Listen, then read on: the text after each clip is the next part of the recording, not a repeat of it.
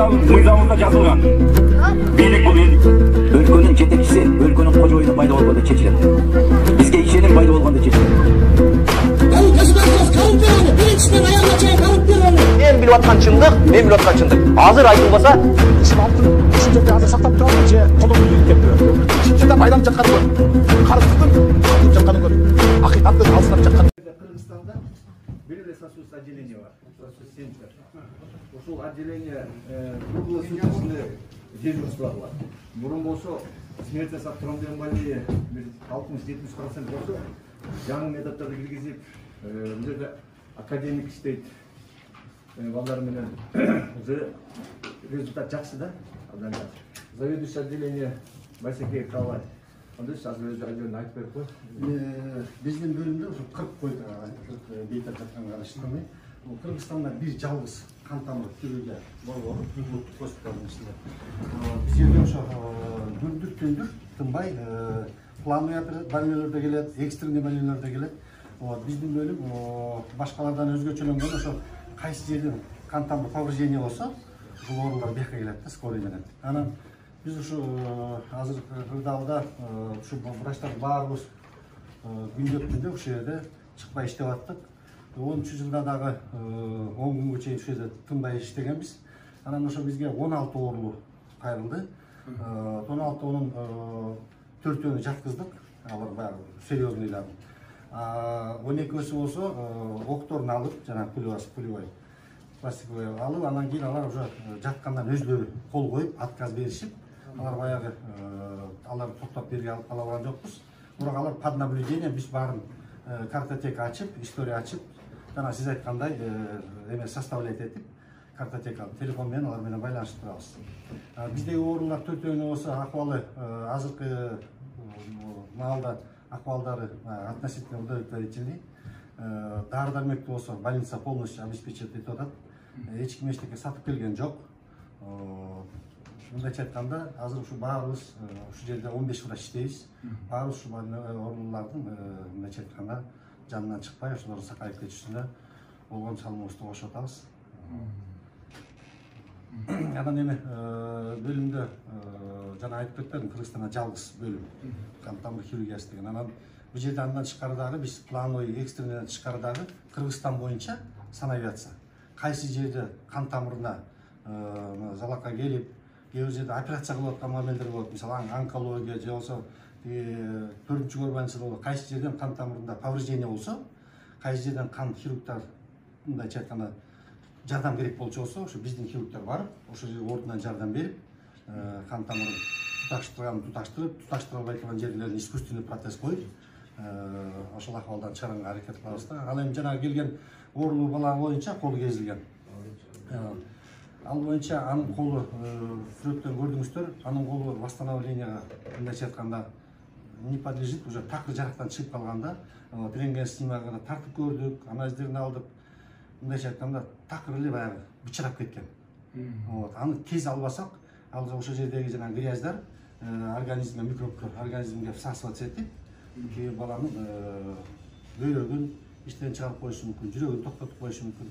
Ошон үчүн айла жок консилиум кылдык, ошол түнү сразу замглавврач, биякта врачтар болуп, 10 чакты врач болуп консилиум кылып, айла жок кезүүгө туура келди. Эми азыр жаңы технологиялар билесиздер, азыр эми Кудай буйрса жакшы айыгып кетсе, ушундай протездер жасалат. Ошол протездер эми ал кийинчерээк да баары жакшы сакайып кетсе. Андан тышкары плановый операциялар болуп атпайбы, плановый больниялар. Плановый больниялар ошо 40 оорулуунун жатса, ошонун 70-60% плановый түрдө келет. Ар кайсы жактан ооруп, кан тамырлары жабыркап, 40% экстренный. Анан эми кез-кезде баягы строго баягы ал эменен рамкадан чыгып кетебиз. Кез-кезде бизге экстренныйлар көп келет. Мисалы азыр бул койка больница отделение 40 койка рассчитан болсо, азыр уже 43 оорулуу жатат. 3 ашып жатат. Орун жетпей атат. Эми аны болсо жана плановый операция болуп жакшы болуп бараткан ооруларды сүйлөшүп, под наблюдением чыгарып турабыз. Айла жоктон да. А так врачтар болсо ошо иштеп атышат. Бир суроо. Сиздин отделенияга дары-дармектер только маған чынын айтыңыз да, баягы кыргызда сөз бар эмеспи? Ооруну жашырсаң өлүмгө аш келет. Жасалмалуулуктун кереги жок. Биз чечим кабыл алганга, мага чечим, баягы туура чечимдерди, анан тез чечим кабыл алганга мага бардыгын туура маалыматтарды айтып тургула да. Азыр токтоп туруңуз. Жасалмалуулуктун кереги жок. Болгондой айтыңыз, өкмөт тараптан, ушу медициналык министрлик тараптан толук жетиштүүбү дары-дармектериңер? Же анча-мынча жетишпегендиктери барбы? Мисалы кымбат дарылар, жанагындай каат дарылар болот эмес, дефицит дарылар, дары-дармектер жетиштүүбү же жетиштүү эмес? Азыркы ушу тапта ушу жаткан ооруларга жетиштүү бизде баягы дары-дармек запастар бар. Себеп дегенде биз дагы экстренный болгон үчүн биз мындай несекаемый запас деген аптекадан алып биздин ошо улуу медайымдын кабинетинде сейфте сакталып турат. Тагыраак айтканда, то есть мамлекет тараптан баягы бюджеттин эсебинен берилип туруп атат силерге.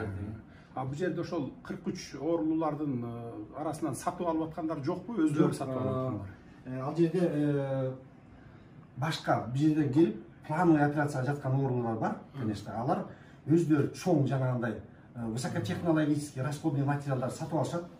Ал больницанын немесинде жок, кирген эмес. Аларда уже тиги эмеде атайын перечень бар. Прескурант менен өздөрү бар аптекадан сатып беришет. Алар больницанын тиги эмеде коет эмеспи, тиги жизненно важные лекарственные средстванын составына кирген эмес. Жалпы 100% эмес. 100% обеспечение деп айтыш кыйын. Жетишпейт, ал кээ дарыларды сатып алгандар сатып эле алып атышат, жашыргандар. Мына ушундай жашырбай айтылган. Мында силерди эч ким бир Азыр ошо жашырып кызматтан албайт, же болбосо бир мындай жазага тартпайт, жалаң ушундай эмелерди жашырып жүрүп, мына 30 жылдан бери ушул акыбалга келдик. Силер баары жетиштүү деп коесуңар, анан кийин бар экен деп ошону ишенип алып кете берет. Өкмөт башчыбы, президентби, министрби. Анан кийин өзүңөрдөн өзүңөр кыйналасыңар. Элди да кыйнайсыңар, ооруларды. Андай кылбагыла. Эми бирок силердин эмгегиңер чоң. Мына пандемияда болду, мынакей күнүмдүк силердин элге кылган кызматыңар силерге ак эмгек да. Элдин өмүрүн сактап калып атасыңар, ден соолугун сактап калып атасыңар, силерге терең ыраазычылык бардыгыңыздарга. Эмгек акыңар керек болсо бир айдага эмес, бир 10 күнгө жетпегенди бардыгын билебиз. Менде бардыгы маалыматым бар. Эми ушуну Кудай буйрса бардык тармактарды реформа кылсак, медицина тармагын сөзсүз түрдө эң биринчи кезекте кылганга аракет кылабыз. Эми пландарыбыз бар, эми анын баарын айтып отурбайын. Убактыңыздарды албай, өзүмдүн да убактымды албай, жакшы пландар бар, ошонун баарын аткарабыз. Силерден эч кандай бир мындай материалдык же болбосо башка жардамды сурабайбыз, моралдык гана жардам берип тургула. Ушул эл журтта түшүп аткан ооруларды жакшы карап тургула. Мен түшүнөм, баягы силерге да кыйын болуп атат, өтө кыйын болуп атат. Бирок ошо кыйынчылыктан чыгыш үчүн чыдаш керек. Кыйынчылыктан чыгыш үчүн жасалма немелерди айтпай, жасалма иштерди мындай айтпай, так маалыматтарды берип турсаңар жакшы болот. Анан сизди баягы мындай да жогору жактан министрден коркуп айтпай коесуңар да. Мына сиз айттыңыз. Эми сиз переживать этпеңиз, министр келип сизди сен эмне ушинтип айттың деп айтат депчи. Андай боло турган болсун. Сак бол эми.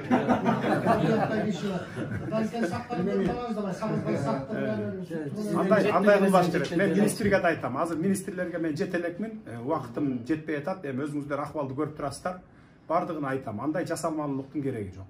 Так, точный маалымат берсеңер, ошого жараша чечимди кабыл алсак, ошондо бүт проблемалар чечилет. Сизден суроо. Айтыңыз. Бизде баягы көчүттөр бияктан отуруп телевизор интернетти көрүп беймаза отуруп алыпчы. Сизде баягы легитимдүү жагына кичине закондошуп баратасыз деп ойлоп атсак, бул каршы болгондор көп болот деп бүгүнкү күндө кандай акыбал? Алар колдой турганбы же алар деле ушундай бөлүп жарды беришеби? Эми баягы юридика жагын сиз түшүнбөйсүз да жакшычы, сиз медиксиз да баягы немени. Бул толук кандуу мыйзам жагын алганда мен толук кандуу премьер-министрмин. Анткени мындай болот да мыйзам боюнча. Мыйзам боюнча жогорку кеңеш чогулат. Аны спикер чогултат, жогорку кеңешти спикер чогултат. Андан кийин 61 депутат катышса, кворум болот. 61 депутат катышты. кворум болду, сессия болду. Анан мурдакы спикер арызын жазып кетти. Анын арызын кабыл алышты да жаңы спикерди шайлашты. Абдылдаев Мыктыбек Юсупович болду. Эми түз эфирден барыңыздар эле көрүп турдуңарбы, бүт журналисттер тартып атты. Ал жерде бир жаап жашыра турган, же бир мындай жасалмалай турган эч нерсе болгон жок. Жаңы премьер-министр, жаңы спикер шайланды. Андан кийин менин кандидатурамды жылдырышты. Аган добуш беришти, бекитишти. Мына бул мыйзамдуу, толук кандуу мыйзам жолу менен кеттик да. Ал эми тигил тарап, сиз айтып аткан тигил тараптыкы эч кандай мыйзамсыз алардыкы. Бир 44 депутатты чогултуп алган экен дагы, баягы эми азыр көрүп атпайсыздар, ушундай акыбалда 2 бөлүнүп, 3 бөлүнүп, баягы эптеп эле бир жерде барып мыкчып, кучактап отуруп калайын дейт бир креслода.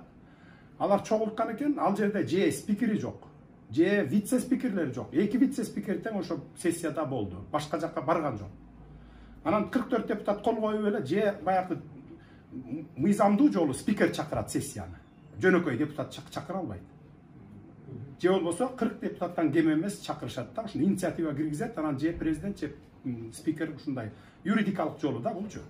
Анан эми тигилердики баягы мындай кандай десем бир мындай мыйзамсыз эле жөнөкөй жол менен кетти. Алардыкы эч ким тааныбайт аны. Мамлекетте тааныбайт, дүйнөлүк коомчулукта да тааныбайт да. Мына сиздерге мындай жөнөкөй тил менен түшүндүрүп. Сизге чоң рахмат, келип биздин ушул балаларды көрүп бергениңизге. Биздин медиктердин каалары эле тынччылык болуп эле, батыраак эле өлкөбүздө правовой полега кирип эле иштей беришибиз керек. Потому что бул жерде балдардын баардыгы күнү түнү эмгек кылып атышат. Үйлөрүнө кетишпей. Эми үчүн дегенде кандай болуп кетет, эмне болуп кетет, качан түшүп кетет деп биз бул өзүбүздүн клятва Гиппократта аткарып атабыз да. Эми стабилдүүлүктү көрүп атасыңар да эми. Бизде кийин Кудай буйрса жакшы болуп баары, сиз президент болуп эмне болуп калсаңыз баары эмне болуп калса, биздин аппаратуралар жөнүндө да бир жардам берсеңиз жакшы болот. Бизде операционный аппаратуралары начар. Ангиографический аппаратты до сих пор биздин заведующий толтура министрларга жазды, до сих пор аппаратура жок. Ангиографический аппаратура мына Талабек Абдыбекович өзү айтып берсин, бизге керектүү нерсе да бул нерсечи. Ошол аппараттар жөнүндө жакшы болот эле бизге жардам берсеңиз. Освещениялар да жок ошо. Туруктуулук болсун. Азыр. Все, рахмат.